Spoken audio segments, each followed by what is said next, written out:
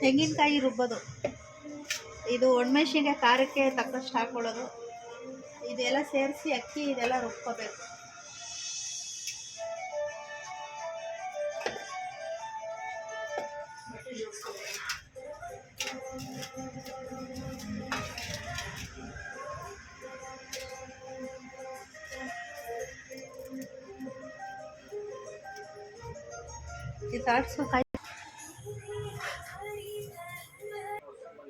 Night ನೆನೆ ಹಾಕ್ಬಿಟ್ಟು ಬೆಳಗ್ಗೆ ಮಾಡ್ತೀನಿ ಅಂದರೆ ನೈಟ್ ನೆನೆ ಹಾಕ್ಬಿಡ್ಬೇಕು. ಬೆಳಗ್ಗೆ ಮಾಡ್ಬೋದು. ಈಗ ನಾವು ಈಗ ಸಾಯಂಕಾಲ ಮಾಡ್ತಾ ಇರುತ್ತೆ, ಬೆಳಗ್ಗೆ 10 ಗಂಟೆಲಿ ನೆನೆ ಹಾಕ್ಬಿಟ್ಟು ಈಗ ರುಬ್ಬಿಟ್ಟು ಮಾಡ್ತಾ ಇರೋದು. ದೋಸೆ ಥರ ರುಬ್ಕೋಬೇಕು.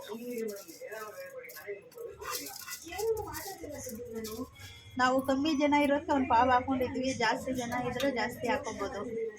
ದೋಸೆ ಥರ ತೆಳು ರುಬ್ಕೋಬೇಕು. ಇವಾಗ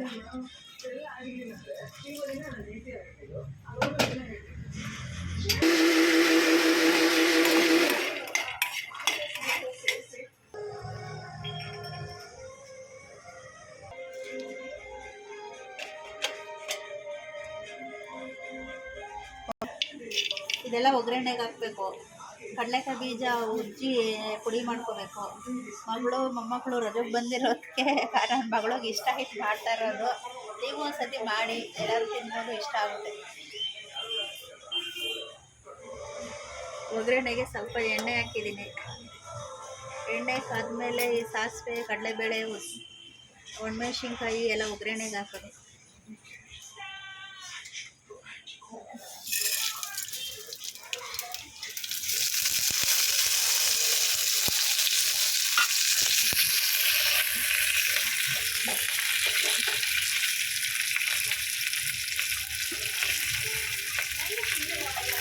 ಇದನ್ನು ಐಟಮ್ ಕೋಲಲ್ಲಿ ಇದು ಮಾಡಬೇಕು. ಗಟ್ಟಿ ಜಾಸ್ತಿ ಆಯ್ತದೆ ಇದೆಲ್ಲ. ನೋಡಿ, ಇದು ದೋಸೆ ಥರ ರುಬ್ಕೊಂಡಿದ್ದೀವಿ.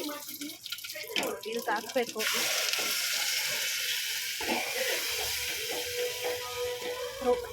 ಜಾಸ್ತಿ ತಿರುಗ್ತಾ ಇರಬೇಕು, ಇಲ್ಲಾಂದರೆ ಗಂಟು ಆಗೋಯ್ತದೆ.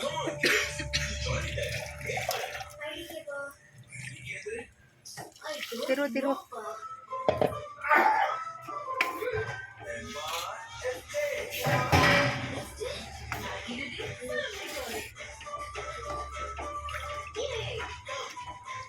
ಅಷ್ಟು ಉಪ್ಪು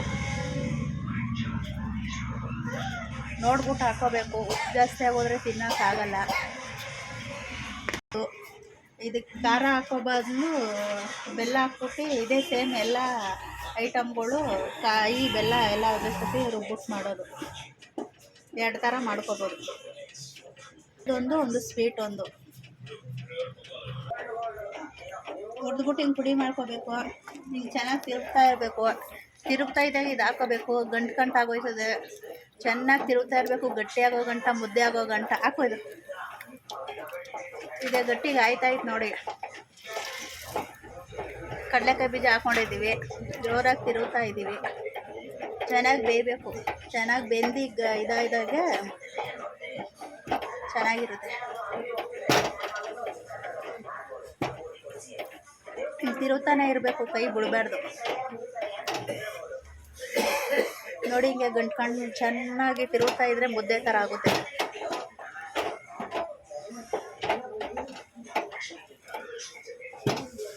ಸಿಹಿ ತಿನ್ನೋರು ಸಿಹಿ ಮಾಡ್ಕೋಬೋದು, ಖಾರ ತಿನ್ನೋರು ಖಾರ ಮಾಡ್ಕೋಬೋದು. ಯಾವ್ದು ಇಷ್ಟ ಆಗುತ್ತೆ ಅದು ಮಾಡ್ಕೋಬೋದು. ತಟ್ಟೆಗೆ ಸ್ವಲ್ಪ ತುಪ್ಪ ಆದರೂ ಹಾಕೋಬೋದು, ಸ್ವಲ್ಪ ಎಣ್ಣೆ ಆದರೂ ಹಾಕೋಬೋದು. ತಟ್ಟೆಗೆ ತುಂಬ ಸೋರ್ಕೋಬೋದು.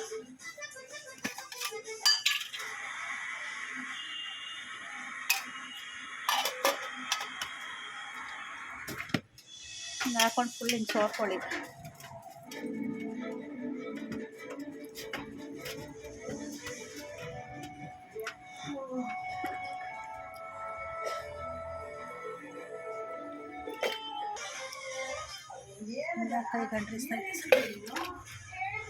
ಹೇಗೈತೆ ನೋಡಿ, ಇದು ಹಿಂಗೆ ಮುಟ್ಟಿದ್ರೆ ಕೈಗೆ ಅಂಟಬೇಡ್ದು. ಈ ಥರ ಈಗ ಇದಾಗೈತೆ ಅಂತ, ರೆಡಿ ಆಗೈತೆ ಅಂತ.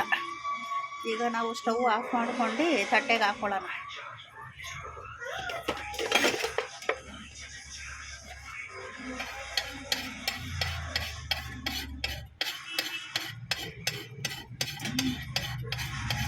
ಏನಿಲ್ಲ, ಈಸಿ ಕೆಲಸ ಇದು.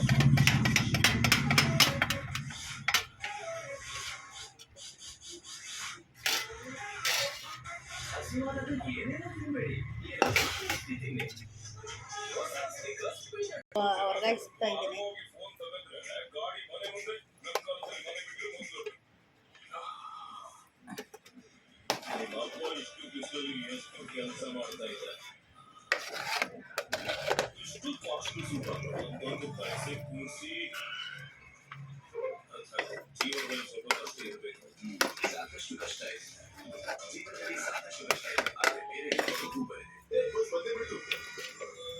ಅಯ್ಯೋ ಬೇರೆಯವರು ಈ ಬಸ್ಸಲ್ಲಿ ಉಸಿರಾಡಕ್ಕೂ ಜಾಗ ಇಲ್ಲ.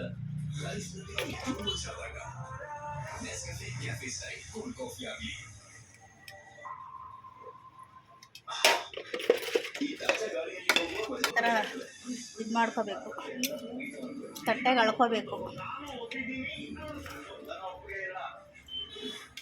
ಈ ಥರ ಲೆವೆಲ್ ಮಾಡ್ಕೋಬೇಕು ತಟ್ಟೆ ತುಂಬ. ಈ ಥರ ಹಾಕ್ಬಿಟ್ಟು ಮುಟ್ಬಿಟ್ಟು ಅದು ಆರಬೇಕು.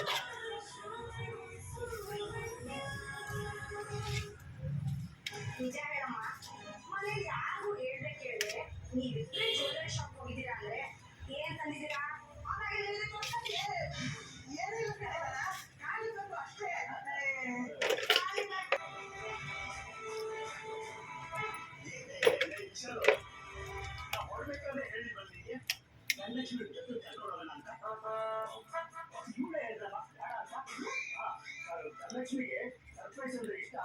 ಅವಳು ಗೊತ್ತಿಲ್ಲದೆ ಸರ್ಪ್ರೈಸ್ ಕೊಡೋಣ ಅಂತ ಹೇಳ್ತಿದ್ದು.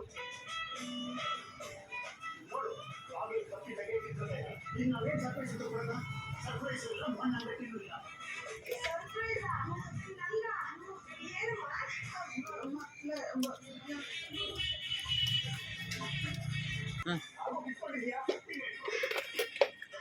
ಈ ಥರ ಮಾಡ್ಕೊಂಡಿರ್ಬೇಕು. ನಮ್ಗೆ ಯಾವ ಥರ ಡಿಸೈನ್ ಬೇಕೋ ಆ ಥರ ಕಟ್ ಮಾಡ್ಕೋಬೋದು ಬಿಸಿಲೇ.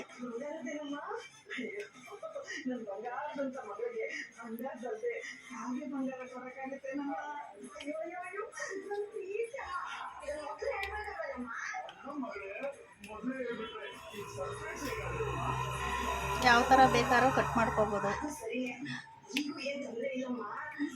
ಈಗ ಇದು ಕೊಯ್ದುಬಿಟ್ಬಿಟ್ರೆ ಆರಬೇಕು ಸ್ವಲ್ಪ. ಆರಿದ್ಮೇಲೆ ಪೀಸ್ ಎತ್ಕೊಂಡು ತಿನ್ನೋದು ಅಷ್ಟೇ. ಎಷ್ಟು ನಿಮಿಷ ಬೇಕು ಆರಕ್ಕೆ?